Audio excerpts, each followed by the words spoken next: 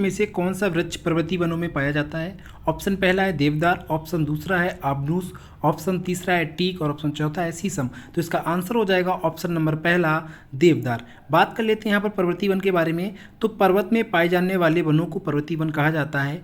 पहाड़ की ढलानों के साथ पहाड़ के जंगल काफ़ी भिन्न होते हैं। हिमालय की तलहटी में 1500 मीटर की ऊंचाई तक साल, सागौन और बांस जैसे सदाबहार पेड़ बहुतायत से उगते रहते हैं। उच्च ढलान पर चीड़, देवदार और ओक जैसे समशीतोष्ण शंकुधारी पेड़ उगते हैं। हिमालय की ऊंचाई पर रोडोड्रेंगन और जूनिपर पाए जाते हैं। इसके अलावा फिर ये वनस्पति क्षेत्र अल्पाइन घास के मैदान हिम क्षेत्र तक दिखाई देते हैं। इन वनों में पाए जाने वाले सामान्य पशु कश्मीर बारहसिंगा, चित्तीदार हिरन, जंगली भेड़, जैक रैबिट।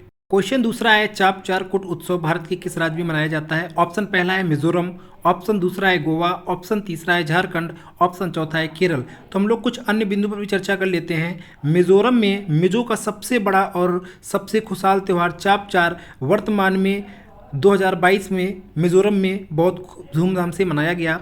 चाप चार कुट को राज्य के लोगों के लिए सबसे लोकप्रिय वसंत त्यौहार माना जाता है। यह त्यौहार राज्य में एक सार्वजनिक अवकाश है। मुख्य समारोह में पारंपरिक बांस नृत्य, चेरब और अन्य नृत्य किए गए और हजारों लोगों ने इसमें भाग किया। मिजोरम का राजकीय पशु है सुमित्रन सीरो, राजकीय पक्षी है श्रीमती हूम के तीतर, राष्ट्रीय पार्क है मुरलेन राष्ट्रीय पार्क मिजोरम और ब्लू माउंटेन राष्ट्रीय पार्क मिजोरम। तो चाप चार कुट उत्सव मिजोरम के बारे में कुछ और बिंदु पर चर्चा करते हैं। तो चाप चार कुट उत्सव मिजोरम के प्रमुख उत्सवों में से एक है। मिजोरम में यह जीवंत और रंगीन उत्सव इस तथ्य के लिए विशेष है कि यह राज्य में वसंत ऋतु के स्वागत का प्रतीक है। आइजोल मिजोरम की राजधानी है। चाप चार उत्सव एक विशाल कार्निवल या जैसे आंदोलन उत्सव के में कहा जाता है में बदल देता है। आदिवासी और कृषक मिजोरम की संस्कृति को पूरी धूमधाम से मनाते हैं। चाप चार को मिजोरम का फसल उत्सव भी माना जाता है। दूसरा उत्सव है मीम कुट उत्सव। इस बारे में बात करते हैं। तो मीम कुट को मिजोरम का सबसे पुराना उत्सव माना जाता है। यह मृतकों के लिए आयोजित एक समारोह है। दावत देना इसका एक हिस्सा है, लेकिन इसमें किसी प्रकार का मस्ती और उल्लास नहीं होता है। मीम का अर्थ होता है मक्का या मकई। यह मक्का या मकई के पकने के बाद देखा जाता है। ये मृतकों की स्मृति में आयोजित किया जाता है। अगला प्रमुख उत्सव है पावलकुट उत्सव मिजोरम। तो पावलकुट भारत में दिसंबर में आयोजित होने वाला मिजोरम का एक प्रमुख उत्सव है। पावल का अर्थ होता है पुआल। इस प्रकार पावलकुट का अर्थ है पुआल की कटाई का उत्सव। यह आमतौर पर दिसंबर में फसल के बाद 2 दिन के लिए मनाया जाता है और यह महत्वपूर्ण उत्सव के रूप में मनाया जाता है। यह मिजोरम के लोगों में मुख्य त्योहारों में से एक है जो फसल के बाद का उत्सव है। क्वेश्चन नंबर तीसरा है मानव की आहार नली में विली कहाँ पाई जाती है? तो ऑप्शन पहला है छोटी आंत, ऑप्शन दूसरा है अग्न्याशय, ऑप्शन तीसरा है ग्रास नली और ऑप्शन चौथा है आमाशय। तो इसका आंसर हो जाएगा ऑप्शन नंबर पहला छोटी आंत। तो हमें यहाँ पर मानव की आहार नली से संबंधित अन्य बिंदु पर चर्चा करेंगे। तो सबसे पहले आहार नली का स्टार्ट बिंदु है मुंह। मुंह में आपका तालु होता है, अलिजिह्वा होता है, जीभ होता है और दांत होता है। उसके बाद में आपकी लाल ग्रंथियाँ होती हैं जिसमें आपकी अधोजिह्वा, अवचुबकी, कार्डपूड और ग्रसनी ग्रास नली। फिर आपकी बात करते हैं इसमें यकृत, पित्ताशय और मूल पित्तवाहिनी और आमाशय, अग्न्याशय, अग्न्याशयी वाहिनी। अब बात करते हैं छोटी आंत में होता है ग्रहणी, अग्र क्षुद्रांत, क्षुद्रांत और बड़ी आंत में होता है अनुप्रस्थ अवग्रह, आरोही बृहदांत्र, उंडुक जैसे सेसम कहते हैं, अवरोही बृहदांत्र, अवग्रह रूपी बृहदांत्र और मलाशय। बगल में अगर देखेंगे तो ये आपका परिशिष्ट है और सबसे नीचे है आपका गुदा। क्वेश्चन नंबर चौथा है निहंग सिख योद्धाओं का एक पारंपरिक लड़ाई शैली गतका, जिसका इस्तेमाल आत्मरक्षा के साथ साथ खेल के लिए भी किया जाता है, भारत के निम्नलिखित में से किस राज्य से उत्पन्न हुई है? ऑप्शन पहला है बिहार, ऑप्शन दूसरा है गुजरात, ऑप्शन तीसरा है पंजाब और ऑप्शन चौथा है राजस्थान। तो इसका आंसर हो जाएगा ऑप्शन नंबर तीसरा पंजाब। तो इससे संबंधित अन्य बिंदु पर भी चर्चा करते हैं। तो गतका की उत्पत्ति पंजाब राज्य में हुई है और निहंग सिख योद्धाओं की पारंपरिक लड़ाई शैली का उपयोग आत्मरक्षा और खेल के रूप में किया जाता है। गतका दूसरों के बीच मुख्य हथियार के रूप में तलवार का उपयोग करता है। काठी सामू आंध्र प्रदेश की एक मार्शल आर्ट है जिसका शाही अभ्यास सेनाओं द्वारा किया जाता है। मलखंबा भारत और मध्य प्रदेश का एक प्रसिद्ध खेल है और महाराष्ट्र इस खेल का केंद्र रहा है। थांग ता एक मणिपुर का मार्शल आर्ट है जो हाल ही में गुमनामी में गुजरी है। कलारी पयट्टू केरल के लिए एक प्राचीन मार्शल आर्ट है। कलायरुपट्टू स्वदेशी औषधि प्रथाओं में विशेषता है और कालीरस धार्मिक पूजा के महत्वपूर्ण केंद्र हैं। नंबर 5वां है युद्ध के नाम और वर्ष के निम्नलिखित युग्म में से कौन सा सही से सुमेलित है।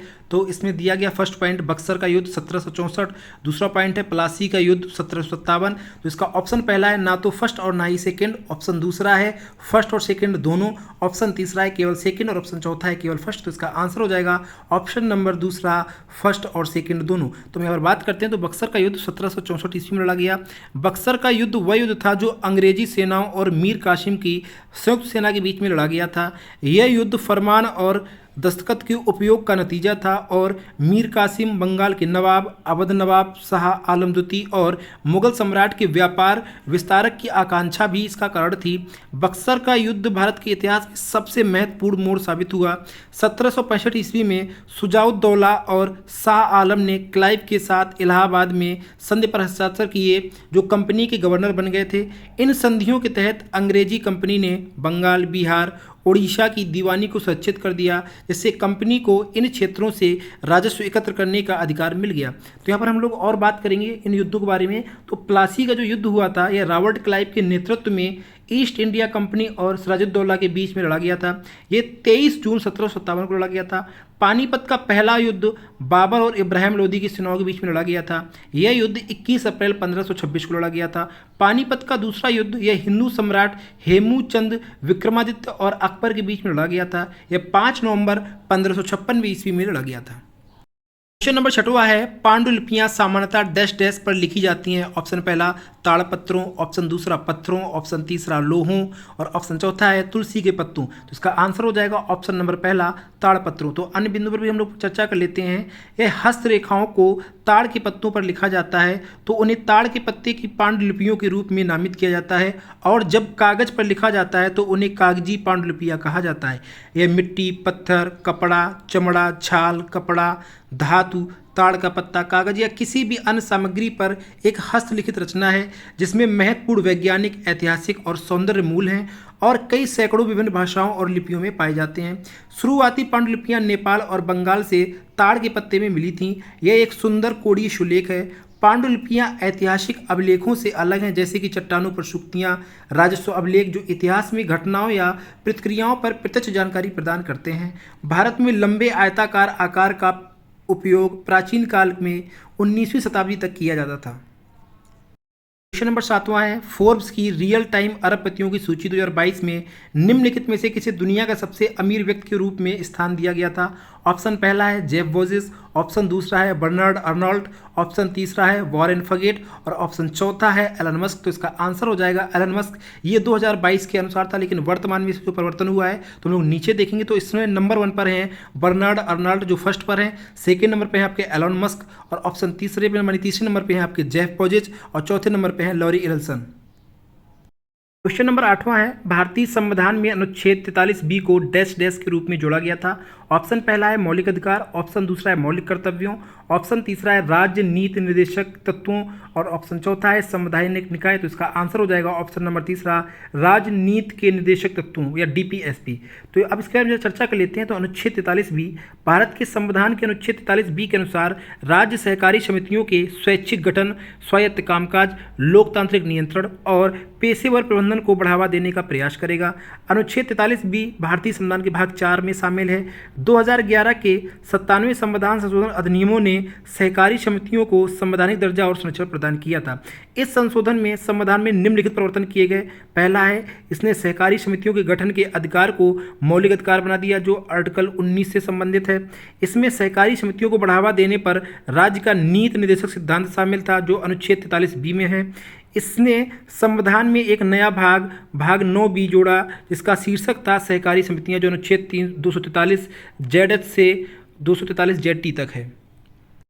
नंबर 9वां है वर्षा को डैश डैश नामक उपकरण द्वारा मापा जाता है? ऑप्शन पहला है आपका अल्टीमीटर, ऑप्शन दूसरा है पिरानी गेज, ऑप्शन तीसरा है बैरोमीटर और ऑप्शन चौथा है रेन गेज। तो इसका आंसर हो जाएगा ऑप्शन नंबर चौथा रेन गेज। तो हम लोग यहाँ पर रेन गेज के बारे में चर्चा करते हैं। रेन गेज वर्षा मापी की सहायता से वर्षा की मात्रा को मापा जाता है।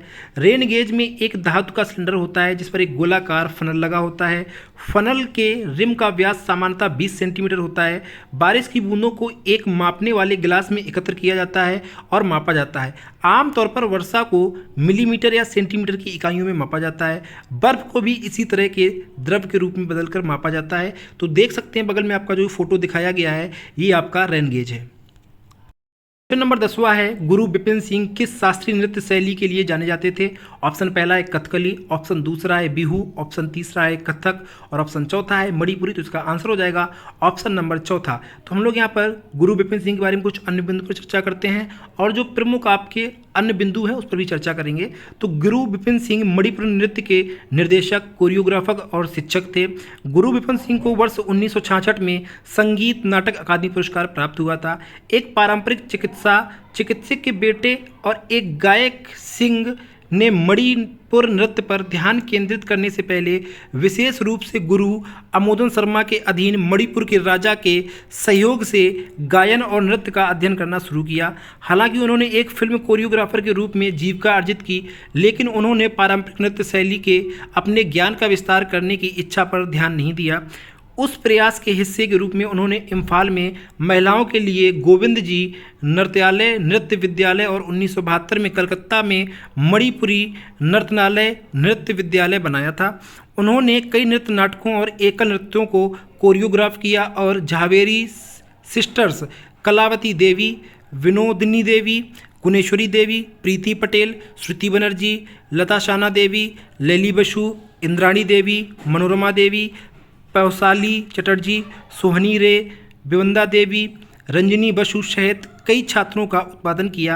अब यहाँ पर हम कुछ बात करेंगे, कुछ नृत्य हैं उनका मूल स्थान क्या है आपका, और मुख्य पुनर्जीवित व्यक्ति कौन है और प्रमुख प्रस्तावक कौन है। तो पहले बात करते हैं भरतनाट्यम का। तो इसका मूल है आपका तमिलनाडु और मुख्य पुनर्जीवित व्यक्ति हैं ई कृष्णा अय्यर, रुक्मणी देवी अरिंदेल और प्रसिद्ध प्रस्तावक हैं यामिनी कृष्णमूर्ति, लक्ष्मी विश्वनाथन, पद्मा सुब्रमण्यम, मृणालिनी साराबाई, मल्लिका साराबाई।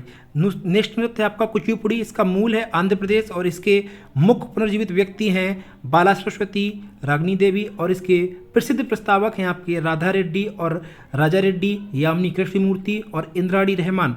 नेक्स्ट नृत्य आपका कथकली। इसका मूल है केरल और मुख्य पुनर्जीवित व्यक्ति हैं वी.एन. मेनन और इसके प्रमुख या प्रसिद्ध प्रस्तावक हैं गुरुकुंज, गोपीनाथ कोटिकल, शिवारामन और रीता गांगुली। अगला प्रमुख नृत्य है आपका ओडिसी। इसका मूल है ओडिशा और मुख्य पुनर्जीवित व्यक्ति हैं इंद्राणी रहमान और चार्ल्स फेब्री और प्रसिद्ध प्रस्तावक हैं आपके गुरु पंकज चरणदास, केलुचरण महापात्र, सोनल मानसिंह, सरेन लोवेन और मरला बारवी। नेक्स्ट प्रमुख नृत्य है आपका मणिपुरी। इसका मूल है आपका मणिपुर और मुख्य पुनर्जीवित व्यक्ति हैं राजा भागचंद्र, रविंद्रनाथ टैगोर और प्रसिद्ध प्रस्तावक हैं नैना, सुवर्णा, रंजना और दर्शना, गुरु बिपिन सिन्हा। नेक्स्ट प्रमुख नृत्य है आपका कथक। इसका मूल है उत्तर प्रदेश। मुख्य पुनर्जीवित व्यक्ति हैं लेडी लीला सोखी और प्रसिद्ध प्रस्तावक हैं बिरजू महाराज, लच्छू महाराज, सितारा देवी, दमयंती जोशी और नेक्स्ट प्रमुख नृत्य आपका मोहिनीअट्टम। इसका मूल है केरल और मुख्य पुनर्जीवित व्यक्ति हैं वी.एन. मेनन, कल्याणी अम्मा और प्रसिद्ध प्रस्तावक हैं सुनंदा नायर, कलामंडलम, क्षमावती, माधुरी अम्मा और जयप्रभा मेनन। नंबर 11 है, नींद की बीमारी के लिए निम्नलिखित में से कौन सा जीव जिम्मेदार है? ऑप्शन पहला है जीवाणु जिसे बैक्टीरिया कहते हैं, ऑप्शन दूसरा है शैवाल, ऑप्शन तीसरा है वायरस और ऑप्शन चौथा है प्रोटोजोया। तो इसका आंसर हो जाएगा ऑप्शन नंबर चौथा प्रोटोजोया। नींद की बीमारी को अफ्रीकी ट्रिपैनोसोमियासिस के रूप में भी जाना जाता है। यह एक रोग है जो काशाभित प्रोटोजोआ ट्राइपोनोसोमा ब्रूशु द्वारा संक्रमण के कारण होता है। यह बीमारी तेतसे मक्खी या जीनस ग्लोसिना द्वारा फैलती है। क्वेश्चन नंबर 12 है कि कोई बल्लेबाज अपने विकेट की रक्षा के उद्देश्य से या विरोधी टीम की सहमति के अलावा यदि गेंद को 2 बार हिट करता है तो डैश डैश। तो ऑप्शन पहला है बल्लेबाज को चेतावनी दी जाती है, ऑप्शन दूसरा उसे आउट घोषित किया जाता है, ऑप्शन तीसरा गेंद को डेड घोषित किया जाता है और ऑप्शन चौथा है आपका बाई के 5 रन घोषित किए जाते हैं। उसका आंसर हो जाएगा ऑप्शन नंबर दूसरा, उसे आउट घोषित किया जाता है। तो हम लोग बात करते हैं कि एक बल्लेबाज को एक मैच में कुल कितनी तरीके से आउट किया जा सकता है। तो एक बल्लेबाज को 10 तरीके से आउट किया जा सकता है। तो वो 10 तरीके कौन से हम लोग देखेंगे। तो खिलाड़ी को बोल्ड किया जा सकता है, एलबीडब्ल्यू कर सकते हैं, या प्लेयर कैच आउट हो सकता है, hit wicket, run out, stump out, या बिना परमिशन के गेंद को हैंडल करना, या डबल हिट या गेंद को 2 बार मारना, या समय समाप्त जब खिलाड़ी मैदान पर आने में बहुत अधिक समय लेते हैं, क्षेत्र रक्षकों को उनके काम में बाधा डालने और उन्हें रन आउट या स्टंपिंग करने से रोकने के लिए भी आउट हो सकता है। बात करते हैं कि बर्खास्तगी कब की जाती है। तो बर्खास्तगी तब होती है जब विरोधी टीम द्वारा बल्लेबाजी की अवधि समाप्त कर दी जाती है। इसे बल्लेबाज के आउट होने के रूप में भी जाना जाता है। बल्लेबाजी पक्ष 1 विकेट खो देता है और क्षेत्र रक्षण पक्ष 1 विकेट लेता है। एक टीम की पारी समाप्त हो जाती है यदि टीम के 11 में से 10 सदस्य आउट हो जाते हैं। प्रश्न नंबर 13 है, हरिप्रसाद चौरसिया एक डैश डैश वादक है। ऑप्शन पहला मैंडोलिन, ऑप्शन दूसरा गिटार, ऑप्शन तीसरा बांसुरी और ऑप्शन चौथा शहनाई। तो इसका आंसर हो जाएगा ऑप्शन नंबर तीसरा बांसुरी। तो हरिप्रसाद चौरसिया एक भारतीय संगीत निर्देशक और शास्त्रीय बांसुरी वादक हैं जो हिंदुस्तानी शास्त्रीय परंपरा में बांसुरी बजाते हैं। उन्होंने प्रख्यात बनारस या वाराणसी के गायक राजा राम से हिंदुस्तानी शास्त्रीय संगीत में गुप्त स्वर की शिक्षा ली थी। उन्होंने 1984 में संगीत नाटक अकादमी पुरस्कार, 1992 में पद्म विभूषण और 2000 में पद्म विभूषण प्राप्त किया था। कुछ प्रमुख व्यक्ति हैं जो उनसे संबंधित यंत्र और उनको भारत रत्न कब दिया गया था। तो पंडित रविशंकर जो सितार से संबंधित हैं उन्हें वर्ष 1999 में भारत रत्न दिया गया। बिस्मिल्लाह खां जो शहनाई से संबंधित हैं उनको 2001 में भारत रत्न दिया गया। भीमसेन जोशी जो ख्याल गायन, स्वर और हारमोनियम से संबंधित हैं उन्हें 2008 में भारत रत्न दिया गया था। क्वेश्चन नंबर 14 है, खजुराहो के मंदिर की डैश डैश एक शानदार उदाहरण है। ऑप्शन पहला नागर शैली, ऑप्शन दूसरा द्रविड़ शैली, ऑप्शन तीसरा बेसर शैली, ऑप्शन चौथा है पूर्वी शैली। तो इसका आंसर हो जाएगा ऑप्शन नंबर पहला नागर शैली। तो हम कुछ अन्य बिंदु पर भी चर्चा करेंगे। तो इस शैली के मंदिर मुख्यतः मध्य भारत में पाए जाते हैं। उनमें से कुछ प्रमुख है आपके कंदरिया महादेव मंदिर जो खजुराहो में है, लिंगराज मंदिर जो भुवनेश्वर उड़ीसा में है, जगन्नाथ मंदिर जो पुरी उड़ीसा में है, कोणार्क का सूर्य मंदिर जो कोणार्क उड़ीसा में है, मुक्तेश्वर मंदिर जो उड़ीसा में है, खजुराहो के मंदिर जो मध्य प्रदेश में है, दिलवाड़ा का मंदिर जो आबू पर्वत राजस्थान में है, सोमनाथ मंदिर जो सोमनाथ गुजरात में स्थित है। तो जो आपकी ये नागर शैली है इसके जो मंदिर होते हैं उसकी प्रमुख जो चीज़ें हैं जो देख सकते हैं, इसमें ध्वज होता है, आमलक होता है, शिखर होता है, जंघा होता है, जगती अधिष्ठान होता है, आपका कलश होता है, ग्रीवा होता है, अरुशृंग होता है, अंतराल होता है, महामंडप होता है, अर्धमंडप होता है और कपोत होता है। क्वेश्चन नंबर 15 है, डैश डैश सरकार द्वारा रेड लाइट ऑन गाड़ी ऑफ अभियान शुरू किया गया था। ऑप्शन पहला पंजाब, ऑप्शन दूसरा हरियाणा, ऑप्शन तीसरा है उत्तर प्रदेश, ऑप्शन चौथा दिल्ली। तो इसका आंसर हो जाएगा ऑप्शन नंबर चौथा दिल्ली। रेड लाइट ऑन गाड़ी ऑफ पहल 18 अक्टूबर 2021 से दिल्ली में शुरू की गई थी। यह अभियान 18 अक्टूबर से 18 नवंबर 2021 तक चलाया जाएगा। यह अभियान पहली बार 2020 में शहर में ईंधन बचाने और वायु प्रदूषण को कम करने के लिए शुरू किया गया था। सरकार अभियान के तहत 100 चौराहों पर 2500 नागरिक सुरक्षा स्वयं सेवकों को तैनात करेगा। कुछ अन्य बिंदु पर भी चर्चा करेंगे। तो दिल्ली के मुख्यमंत्री ने लोगों से वाहनों से होने वाले प्रदूषण को कम करने के लिए हर हफ्ते कम से कम एक दिन अपने निजी वाहनों का इस्तेमाल नहीं करने को कहा है। अभियान की शुरुआत दिल्ली के पर्यावरण मंत्री गोपाल राय ने 2020 में की थी। क्वेश्चन नंबर 16 है, टोटल रिकॉल माई अनबिलीवली ट्रू लाइफ स्टोरी किसकी आत्मकथा है। ऑप्शन पहला है आपका अर्नोल्ड श्वार्ज़नेगर, ऑप्शन दूसरा है क्रिस गेल, ऑप्शन तीसरा है एडी हुआंग, ऑप्शन चौथा है आई.के. गुजराल। तो इसका आंसर हो जाएगा ऑप्शन नंबर पहला अर्नोल्ड श्वार्ज़नेगर। तो यहाँ पर कुछ अन्य ऑटोबायोग्राफी हैं जो आपके एग्जाम में पूछी गई हैं या पूछी जा सकती है, तो उसके बारे में भी चर्चा करेंगे। तो नीचे आपको जो फोटोज दिया गया है उसको सारे बिंदुओं को अपने कॉपी में नोट डाउन कर लें जो बहुत ही आपकी इंपॉर्टेंट है। क्वेश्चन नंबर 17 है, भारत की जनगणना 2011 के अनुसार निम्नलिखित में से किस राज्य की जनसंख्या घनत्व 100 व्यक्ति प्रति वर्ग किलोमीटर से कम था। ऑप्शन पहला है हिमाचल प्रदेश, ऑप्शन दूसरा राजस्थान, ऑप्शन तीसरा है सिक्किम और ऑप्शन चौथा है त्रिपुरा। तो इसका आंसर हो जाएगा ऑप्शन नंबर तीसरा सिक्किम। तो सर्वाधिक जनसंख्या घनत्व वाला राज्य है बिहार, सबसे कम जनसंख्या घनत्व वाला राज्य है अरुणाचल प्रदेश, उच्चतम जनसंख्या वाला राज्य है उत्तर प्रदेश, सबसे कम जनसंख्या वाला राज्य है सिक्किम, उच्चतम लिंगानुपात वाला राज्य है केरल, सबसे कम लिंगानुपात वाला राज्य है हरियाणा, उच्चतम साक्षरता दर वाला राज्य है केरल और निम्नतम साक्षरता दर वाला राज्य है बिहार। तो अरुणाचल प्रदेश में जनसंख्या का घनत्व सबसे कम है। अरुणाचल प्रदेश में सबसे कम जनसंख्या घनत्व 17 व्यक्ति प्रति वर्ग किलोमीटर है, जबकि हमारी राष्ट्रीय राजधानी में सबसे अधिक जनसंख्या घनत्व 11,320 व्यक्ति प्रति वर्ग किलोमीटर है। भारत की जनगणना 2011 के 2 चरणों में ट्रेल्स, हाउस लिस्टिंग और हाउसिंग सेशंस और जनसंख्या गणना के रूप में आयोजित किया गया था। 2001 से 2011 के दशक के दौरान भारत की जनसंख्या में 181 मिलियन से अधिक की वृद्धि हुई है। 2011 की जनगणना के अनुसार भारत की जनसंख्या रिपोर्ट 1.21 बिलियन आंकी गई थी, जो पिछले 10 वर्षों में से 181 मिलियन से अधिक की वृद्धि है।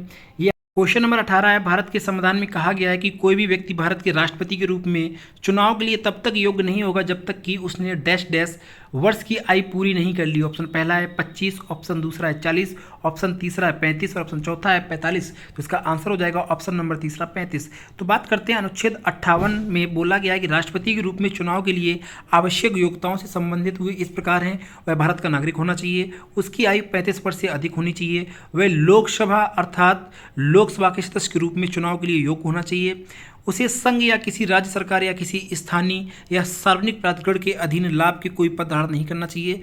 वर्तमान हमारी राष्ट्रपति हैं द्रौपदी मुर्मू जी। क्वेश्चन नंबर 19 है। यदि U वस्तु दूरी है, V प्रतिबिंब दूरी है और F गोली दर्पण की फोकल लंबाई है, तो दर्पण सूत्र के लिए निम्नलिखित में से कौन सा सही व्यंजक होगा। ऑप्शन पहला है 1/u plus 1/u equal to minus का 1/f। ऑप्शन दूसरा है 1/v प्लस का 1/u equal to 1/f। Option तीसरा है 1 का v माइनस 1 का u इक्वल टू 1 का f। ऑप्शन चौथा है 1 का v माइनस का 1 का u इक्वल टू माइनस का 1/f। तो इसका आंसर हो जाएगा ऑप्शन नंबर दूसरा 1/v प्लस का 1/u इक्वल टू 1/f। तो जब हम यहाँ पर बात करते हैं तो गोलाकार जो दर्पण होते हैं, तो गोलाकार दर्पण एक खोखले गोल का हिस्सा होते हैं जिसका एक फलक परावर्तक होता है और दूसरा फलक अपारदर्शी होता है। गोलाकार दर्पण के 2 प्रकार होते हैं। पहला आपका है उत्तल दर्पण। गोलाकार दर्पण जिसमें परावर्तक सतह वक्रता के केंद्र से दूरी और उत्तल दर्पण है। अवतल दर्पण जिसकी परावर्तक सतह अंदर की तरफ है वह अवतल दर्पण है। दर्पण सूत्र निम्नलिखित सूत्र दर्पण सूत्र के रूप में जाना जाता है जो फोकस लंबाई, प्रतिबिंब दूरी और वस्तु दूरी के बीच में संबंध रखता है। वह है 1/f equal to 1/u plus का 1/v, जहां f फोकस की लंबाई है, v दर्पण से प्रतिबिंब की दूरी है और u दर्पण से वस्तु की दूरी के बारे में बात करता है। क्वेश्चन नंबर 20 है। भारत की प्रमुख लौह अयस्क निर्यातक बंदरगाह डैश डैश में स्थित है। ऑप्शन पहला उत्तर प्रदेश, ऑप्शन दूसरा गुजरात, ऑप्शन तीसरा महाराष्ट्र, ऑप्शन चौथा है गोवा। तो इसका आंसर हो जाएगा ऑप्शन नंबर चौथा गोवा। तो इसका जरा बात करते हैं तो जुआरी मोहाना के प्रवेश द्वार पर स्थित मार्मुगांव बंदरगाह गोवा में एक प्राकृतिक बंदरगाह है। 1961 में जापान को लौह अयस्क के निर्यात को संभालने के लिए इसकी रीमॉडलिंग के बाद इसे महत्व मिला है। वित्तीय वर्ष 2010-2011 के दौरान मार्मुगांव बंदरगाह के माध्यम से लौह अयस्क के प्रमुख निर्यातकों ने अब तक का सबसे अधिक निर्यात किया है। खाड़ी का प्रवेश द्वारा सोलो से भरा हुआ है। ग्रांडी द्वीप समूह खाड़ी के एस दृष्टिकोण में स्थित है। मार्मुगांव भारत के पश्चिमी तट पर सबसे पुराने बंदरगाहों में से एक है जो ब्रेक वाटर के साथ साथ ब्रेक वाटर के समुद्र की ओर ई के एक मोल निर्मित ई द्वारा संरक्षित है। भारत के कुछ प्रमुख बंदरगाह हैं जो आपके एग्जाम में पूछे गए हैं। सबसे पहली बात करते हैं दीनदयाल पोर्ट ट्रस्ट है जो गुजरात में है। पारादीप पोर्ट ट्रस्ट है जो उड़ीसा में है। Jawaharlal Nehru port trust Maharashtra. Visakhapatnam port trust Andhra Pradesh. Mumbai port trust Maharashtra. Shyama Prasad Mukherjee port trust Paschim Bengal. Chennai port trust Tamil Nadu. New Mangaluru port trust Karnataka. Kochi port trust Kerala. Question number 21 है। सबसे शक्तिशाली चोल शासक राजा राज प्रथम डैश डैश ईस्वी में राजा बना। ऑप्शन पहला है 995, ऑप्शन दूसरा 977, ऑप्शन तीसरा है 985 और ऑप्शन चौथा है 970। तो इसका आंसर हो जाएगा ऑप्शन नंबर तीसरा 985। तो चोल साम्राज्य की महत्ता का वास्तविक संस्थापक पारंतक द्वितीय या सुंदर चोल का पुत्र अरमोल वर्मन था जो 1985 ईस्वी के मध्य राजा राज के नाम पर गद्दी पर बैठा था। उसने 30 वर्षों तक 1985 से 1015 ईस्वी तक शासन किया। उसका शासनकाल चोल साम्राज्य का सर्वाधिक गौरवशाली युग है। राज के समय से चोल राज्य का इतिहास समस्त तमिल देश का इतिहास बन गया। राजराज प्रथम साम्राज्यवादी शासक था। उसने अनेक विजयों के परिणाम स्वरूप लघुकाय चोल राज्य को एक विशालकाय साम्राज्य के रूप में बदल दिया था। राजा राज प्रथम की कुछ प्रमुख उपलब्धियां रही हैं। तो राज्यारोहण के बाद राजा राज प्रथम ने आंतरिक सुरक्षा को सुदृढ़ता प्रदान की। उसके बाद उसने दिग्विजय के रूप में अपना सैनिक अभियान प्रारंभ किया। क्वेश्चन नंबर 22 है, भगत सिंह और बीके दत्त ने किस वर्ष केंद्रीय विधानसभा में बम फेंका था? ऑप्शन पहला है 1930, ऑप्शन दूसरा है 1931, ऑप्शन तीसरा है 1928 और ऑप्शन चौथा है 1929। तो इसका आंसर हो जाएगा ऑप्शन नंबर चौथा 1929। तो 8 अप्रैल 1929 को अपराह्न लगभग 12:30 बजे केंद्रीय विधानसभा के अध्यक्ष, आज के लोकसभा अध्यक्ष के समान के रूप में विट्ठल भाई पटेल ने विधानसभा में व्यापार विवाद विधेयक पर अपना निर्णय देना शुरू किया। एक विस्फोट हुआ और हॉल धुआं भरने लगा।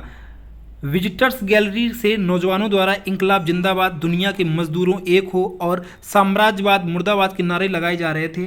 आवाज़ें दो युवा क्रांतिकारियों और स्वतंत्रता सेनानियों भगत सिंह और बटुकेश्वर दत्त, जिन्हें बीके दत्त भी कहा जाता था, उन्होंने हॉल में पर्चे भी फेंके। दोनों व्यक्ति घटना के बाद ना तो घटनास्थल से भागे और ना ही गिरफ्तारी से बचने की कोशिश की। उन्होंने स्वेच्छा से गिरफ्तारी दी। ये दोनों हिंदुस्तान सोशलिस्ट रिपब्लिकन एसोसिएशन के सदस्य थे। उनका मकसद था, जैसा कि उनके द्वारा कहा गया, कि लोगों को मारना या घायल करना नहीं था, बल्कि बहरे लोगों को सुनाना था। भगत सिंह, जिन्होंने हमले का मास्टरमाइंड किया था, फ्रांसीसी अराजकतावादी अगस्टे वैलेंट से प्रेरित थे, जिन्होंने वर्ष 1893 में फ्रांसीसी चैम्बर ऑफ डिप्यूटी पर बमबारी की थी। वास्तव में उस दिन विधानसभा में बनाए जा रहे अलोकप्रिय बिल का विरोध करने के अलावा क्रांतिकारी केवल क्रांति के अपने विचारों का प्रसार करना चाहते थे और भारतीयों को ब्रिटिश साम्राज्यवाद से लड़ने के लिए प्रेरित करना चाहते थे। हॉल में मौजूद लोगों में मोतीलाल नेहरू, सरदार वल्लभ भाई पटेल, मोहम्मद अली जिन्ना, मदन मोहन मौलवी, जॉन साइमन, जिसे साइमन कमीशन के नाम से भी जानते थे, और भी अन्य लोग वहाँ पर शामिल थे। भगत सिंह और बीके दत्त दोनों ने गिरफ्तारी दी। हालांकि दोनों बम अकेले भगत सिंह ने ही फेंके थे। मुकदमा मई 1929 में शुरू हुआ। वकील आसफ अली ने दत्त का प्रतिनिधित्व किया, जबकि सिंह ने परीक्षण के दौरान अपना बचाव किया। जून में फैसला सुनाया गया और सिंह और दत्त दोनों को जीवन भर के लिए परिवहन की सजा सुनाई गई। इसी बीच एएसपी जॉन सॉन्डर्स की हत्या का मामला भगत सिंह से जुड़ा था, जो तब तक मामले में भी आरोपी थे। उन्हें राजगुरु और सुखदेव थापर के साथ 23 मार्च 1931 को हत्या के मामले में फांसी दे दी गई थी। कैद से छूटने के बाद दत्त ने स्वतंत्रता आंदोलन में भाग लिया। लंबी बीमारी के बाद 1965 में उनका निधन हो गया। स्वतंत्रता संग्राम के सबसे शानदार अध्यायों में से एक हिस्सा बनने के बावजूद उन्होंने भारत सरकार को कोई मान्यता ना मिली और ना ही कोई उनको वित्तीय सहायता प्रदान की गई। क्वेश्चन 23 है, तेंदुलकर समिति की रिपोर्ट 2011-2012 डेट पर आधारित थी। ऑप्शन पहला है जनसंख्या वृद्धि, ऑप्शन दूसरा गरीबी, ऑप्शन तीसरा बेरोजगारी और ऑप्शन चौथा है व्यापार या वाणिज्य। तो इसका आंसर हो जाएगा ऑप्शन नंबर दूसरा गरीबी। तो 2009 में योजना आयोग द्वारा गठित विशेषज्ञ समूह और सुरेश तेंदुलकर की अध्यक्षता में गरीबी आकलन के लिए कार्य प्रणाली की समीक्षा करने के लिए गठित किया गया था। तेंदुलकर समिति ने 2011-12 में मासिक प्रति व्यक्ति उपभोग व्यय के आधार पर गरीबी रेखा और गरीबी अनुपात का अनुमान लगाया था। तदनुसार अखिल भारतीय स्तर पर गरीबी रेखा का अनुमान ग्रामीण क्षेत्रों के लिए प्रति व्यक्ति मासिक व्यय 816 रुपये और शहरी क्षेत्रों के लिए 1000 रुपये था। तेंदुलकर समिति की कार्यप्रणाली के अनुसार वर्ष 2011-12 के लिए भारत में गरीबी रेखा के नीचे की जनसंख्या 21.9% थी। क्वेश्चन नंबर 24 है, केंद्रीय बजट 2022-23 के अनुसार 14 क्षेत्रों में उत्पादन से जुड़ी प्रोत्साहन योजनाओं के तहत कितने नए जॉब्स की सृजन करने की बात कही गई है? तो ऑप्शन पहला है 60 लाख, ऑप्शन दूसरा 40 लाख, ऑप्शन तीसरा 20 लाख और ऑप्शन चौथा है 80 लाख। तो इसका आंसर हो जाएगा ऑप्शन नंबर पहला 60 लाख। वित्त मंत्री निर्मला सीतारमण ने घोषणा की है कि आत्मनिर्भर भारत की दृष्टि को प्राप्त करने के लिए 14 क्षेत्रों में उत्पादकता से जुड़ी प्रोडक्टिविटी लिंक्ड इंसेंटिव, ये जिसे PLI को अगले 5 वर्षों के दौरान 60 लाख नई नौकरियों और 30 लाख करोड़ के अतिरिक्त उत्पादन की क्षमता के साथ उत्कृष्ट प्रतिक्रिया मिली है। 11 नवंबर 2020 को प्रधानमंत्री नरेंद्र मोदी की अध्यक्षता में केंद्रीय मंत्रिमंडल ने इलेक्ट्रॉनिक्स विनिर्माण के लिए PLI योजना ने 10 प्रमुख क्षेत्रों के उत्पादन लिंक्ड प्रोत्साहन PLI योजना शुरू की है। केंद्रीय बजट 2022-23 में उत्पादकता से जुड़े प्रोत्साहन PLI क्षेत्र बढ़ाकर 14 क्षेत्रों तक पहुंच गए हैं। इसका उद्देश्य घरेलू विनिर्माण को विश्व स्तर पर प्रतिस्पर्धी बनाना और विनिर्माण में वैश्विक चैंपियन बनाना है।